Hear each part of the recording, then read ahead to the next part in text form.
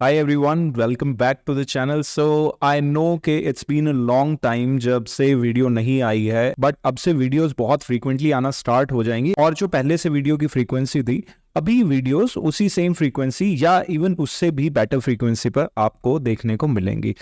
तो आज की वीडियो के बारे में बात करते हैं कि आज की वीडियो का जो टॉपिक है वो रहने वाला है इलेक्टोरल बॉन्ड्स, बिकॉज बहुत हॉट टॉपिक है इस टाइम पे। एंड यू नो कि इलेक्टोरल बॉन्ड्स को लेके सुप्रीम कोर्ट ने एसबीआई को बड़ी झाड़ भी लगाई है। हमें इलेक्टोरल बॉन्ड्स के ऊपर ट्रांसपेरेंसी चाहिए। देखिए, आज की वीडियो जो रहने वाली है, आज की वीडियो के कुछ एक पार्ट्स में रहेगी। सबसे पहली बात कि इलेक्टोरल बॉन्ड्स होते क्या हैं, दूसरी बात कि इलेक्टोरल बॉन्ड्स की जरूरत क्यों पड़ी, तीसरी बात अगर जरूरत पड़ी तो आप इस बात पे इतना फसाद क्यों हो रहा है। तो स्टार्ट करते हैं वीडियो। और सबसे पहली बात कि व्हाट आर इलेक्टोरल बॉन्ड्स। देखिए, electoral bonds are just a financial instrument जो कि आप अपनी पसंदीदा पॉलिटिकल पार्टी को फंड देने के लिए इस्तेमाल करते हैं।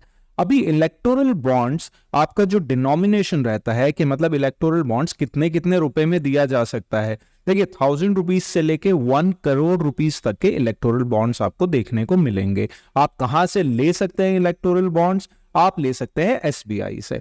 तो अभी बात हो गई कि इलेक्टोरल बॉन्ड्स होते क्या है। बहुत छोटी सी वीडियो रखेंगे, ज्यादा लंबी चौड़ी कोई बात नहीं करेंगे, बहुत टू द पॉइंट बात करने वाले हैं। दूसरी बात कि इलेक्टोरल बॉन्ड्स की जरूरत क्यों पड़ी। इलेक्टोरल बॉन्ड्स, देखिए, सपोज आप किसी अपनी पसंदीदा पॉलिटिकल पार्टी को पैसा देते हैं। इलेक्टोरल बॉन्ड्स आने से पहले वहां पर कैश मनी दिया जाता था, जिसकी वजह से ब्लैक मनी का बहुत बड़ा इशू था। कोई भी आदमी, कोई भी कंपनी, कोई भी इंस्टीट्यूशन, कोई भी इंडस्ट्रियलिस्ट या कोई भी इंसान दुनिया के किसी भी कोने में बैठा हुआ है तो वो अपनी पसंदीदा पॉलिटिकल पार्टी को ब्लैक मनी अपना यूज करके उनको फंड दे सकता था। लेकिन इसी चीज को, इसी प्रॉब्लम को सॉल्व करने के लिए इंट्रोड्यूस किए गए इलेक्टोरल बॉन्ड्स, जिसमें ये कहा गया कि अगर किसी को पैसा देना है अपनी पॉलिटिकल पार्टी को तो वो बॉन्ड्स खरीदेगा एसबीआई से। पर्टिकुलर पॉलिटिकल पार्टी का एक आपका बैंक अकाउंट होगा जिसमें वो डेडिकेटेड बैंक अकाउंट में ही इलेक्टोरल बॉन्ड डिपॉजिट होंगे और वहीं से वो अपना फंडिंग ले सकते हैं। पॉलिटिकल पार्टी उसको कैश करवा सकती है for their use, right. So electoral bonds का भाई ये इस वजह से इंट्रोड्यूस करवा दिए गए। लेकिन इलेक्टोरल बॉन्ड्स में एक इशू बहुत बड़ा है कि इलेक्टोरल बॉन्ड्स में अगर कोई भी कंपनी है, बिकॉज इलेक्टोरल बॉन्ड्स में देखिए, सबसे पहली बात तो कि अभी फसाद क्यों है। जब इलेक्टोरल बॉन्ड्स बढ़िया है, ब्लैक मनी पे रोक लगा रहा है, तो इलेक्टोरल बॉन्ड्स पे अब फसाद किस बात का है। देखिए, इलेक्टोरल बॉन्ड्स में अभी बहुत एनोनिमस प्रोसेस है, बिकॉज चाहे वो पैसा आपका बैंक के थ्रू होके निकल रहा है, बॉन्ड्स के थ्रू होके निकल रहा है, बट किसने दिया है, कौन सी कंपनी ने दिया है, वो अभी तक नहीं पता चलता। इसी चीज को मद्देनजर रखते हुए, इसी चीज को देखते हुए सुप्रीम कोर्ट ने कहा है कि भैया हमें सारी डिटेल्स चाहिए कि किसने दिया, कब दिया, कैसे दिया, कितना दिया, कौन सी पॉलिटिकल पार्टी को दिया, हमें भी देखना है, जनरल पब्लिक को भी देखना है। तो इसी चीज को देखते हुए सुप्रीम कोर्ट ने झाड़ लगाई है एसबीआई को। अभी एसबीआई का क्या कहना है कि देखिए, और इनफैक्ट बहुत सी कंपनीज, बहुत सी जो अलग अलग इंस्टीट्यूशंस है, उनका क्या कहना है कि अगर सपोज हम आज किसी पॉलिटिकल पार्टी को पैसा देते हैं, हमने एनोनिमसली दे दिया, किसी को नहीं पता कि किसने किसको कितना पैसा दिया। अब कल को आप कह रहे हैं कि ये जो इंफॉर्मेशन है, इंफॉर्मेशन पब्लिकली अवेलेबल रहेगी, सबको पता चलना चाहिए किसने किसको कितना पैसा दिया। अब सपोज कल को जो रूलिंग पार्टी है वो जब चली जाती है पावर से, दूसरी पार्टी आएगी तो वो हमें टारगेट कर सकती है।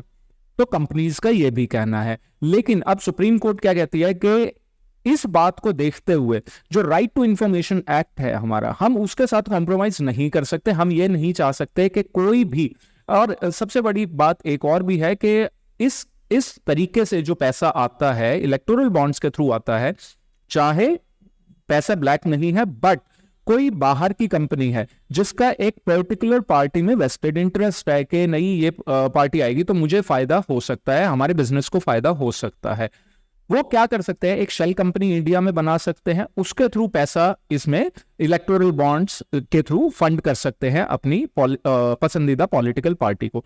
तो इन्हीं सारी चीजों को देखते हुए सुप्रीम कोर्ट ने कहा है कि भैया हमें सारी डिटेल्स चाहिए। एसबीआई ने कहा हमें थोड़ा सा टाइम चाहिए। सुप्रीम कोर्ट ने पलट के झाड़ लगा दी कि कोई टाइम नहीं मिलेगा, जितना डेटा है जो आपके पास रेडिली अवेलेबल है हमें वो चाहिए पहले।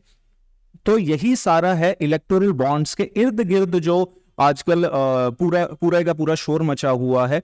एंड आई होप कि आपको ये समझ में एटलीस्ट एक लेमन तौर पे समझ में आया होगा इलेक्टोरल बॉन्ड्स हैं क्या, क्या होता है और क्यों इस पे सारा फसाद बना हुआ है। वीडियो अगर पसंद आई है तो डेफिनेटली आप लाइक कर सकते हैं और अपने फ्रेंड सर्कल में शेयर भी कर सकते हैं। See you in another video, till then bye bye and take care.